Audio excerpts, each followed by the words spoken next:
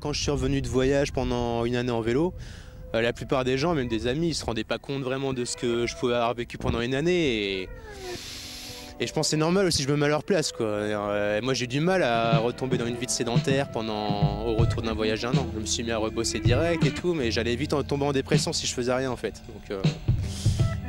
Donc non, je suis assez terre à terre finalement.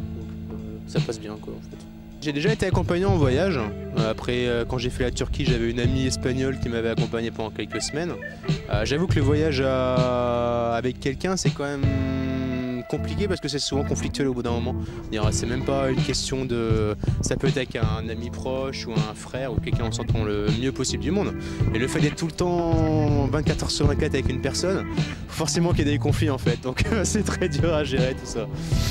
Et voilà, bon après c'est vrai que pour tout ce qui est montagne et tout, j'ai tendance à être souvent seul parce que j'ai du mal à trouver des gens pour m'accompagner pour venir faire un petit 7000 en Argentine ou un 6000 dans l'Himalaya ou un truc comme ça. Enfin à La Rochelle c'est très très dur. Si à la limite je vivais à Chamonix ou à Argentière ou dans les Alpes, ok je trouverais un public alpiniste mais ici c'est un peu compliqué quoi. Donc je suis assez adaptable en fait, je pense que j'aime bien la solitude, mais bon, un peu de compagnie, ça peut pas faire de mal. Après, faut voir le profil.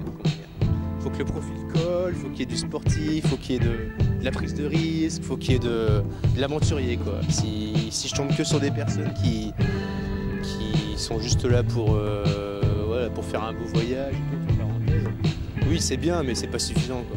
Je pense qu'il y a plus que ça dedans, quoi.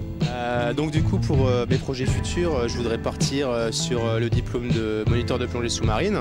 Actuellement j'ai bientôt le niveau N2, j'ai passé le niveau N3 en septembre prochain. Alors je voudrais passer le monitorat de plongée sous-marine et pourquoi pas après l'instructorat. Mon but c'est de travailler dans le tourisme d'aventure, donc ce qui me permettrait déjà de voyager, d'avoir un boulot en même temps qui permette de voyager justement.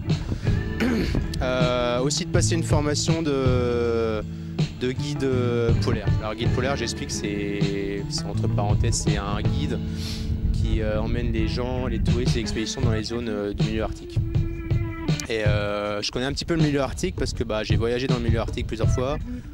J'ai travaillé en Laponie, en Suède, en Finlande et je connais très bien ces milieux de grand froid et ça me plairait justement de continuer là-dedans et de faire carrière là-dedans pour toute une vie, quoi.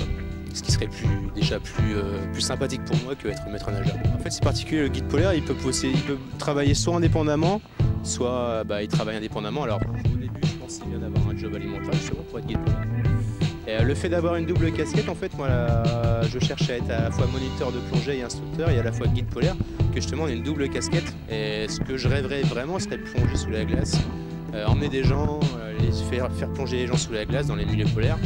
Et c'est un tourisme qui est assez demandé en ce moment. Beaucoup de gens ont tendance en général en ce moment à se tourner vers le milieu arctique et le grand froid.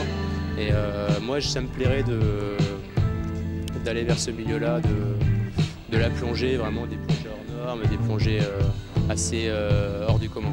C'est périodique, hein, quand j'ai un projet, oui j'arrive à le faire connaître. Mais après en tant que personne, j'ai pas forcément l'envie, si tu veux, par là, je suis assez discret.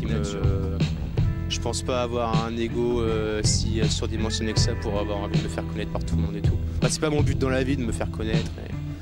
C'est surtout mes projets en général que je mets en avant, non moi, quand j'en rêve. J'ai été aidé une seule fois pendant mon projet d'ascension sur la Concagua en Argentine, en janvier-février 2015. Sur les 8500 € environ que coûtait l'expédition, j'ai dû avoir 5000 € de subventions et d'aides, dont 1000 € de la région, donc, ce qui m'a quand même permis de financer le billet d'avion d'une valeur environ de 1200 € pour aller jusqu'en Argentine. Voilà, c'est tout ce que j'ai eu pour l'instant comme aide de la région. Après, il s'agissait d'un projet à portée environnementale. Et il y a eu des suites, des expositions, photos et tout, et j'ai eu pas mal d'aide. Ensuite, j'ai pu exposer à la bibliothèque universitaire à côté, aussi à l'hôpital et dans plusieurs lycées de La Rochelle. Qu'est-ce que je pourrais conseiller aux gens pour avoir le même parcours que moi? Après, je me cite pas forcément en modèle, hein. Les gens ils sont libres de faire ce qu'ils veulent dans leur vie et tout. Moi, ce que je vois, c'est que je suis quelqu'un qui n'a pas vraiment d'attache. Je veux dire, j'ai 30 ans, je suis pas marié, j'ai pas d'enfant. Pour certaines personnes, ça peut être une facilité, c'est sûr. Après, ces choses-là, je les ai pas parce que je les ai pas voulu, c'est parce que j'en ai pas encore eu l'occasion. Donc c'est pas une preuve d'égoïsme, hein, c'est que forcément, je suis tout seul parce que ouais, je suis tout seul, quoi. Il y a pas de c'est pas par volonté que je suis tout seul et que j'ai pas d'enfant, tu vois. Voilà. Ou que j'ai pas de boulot, ou que je suis pas sédentaire. Après, voilà, cette situation-là, finalement, je m'en accommode très bien. Parce que je peux voyager, je peux aller où je veux, je suis assez libre en fait. Et si ce que je peux conseiller aux gens, bah, c'est que on n'a qu'une vie, donc faut en profiter, quoi. Faut pas rester enterré tout le temps au même endroit, faire les mêmes choses. Si on est curieux, si on a envie de voyager.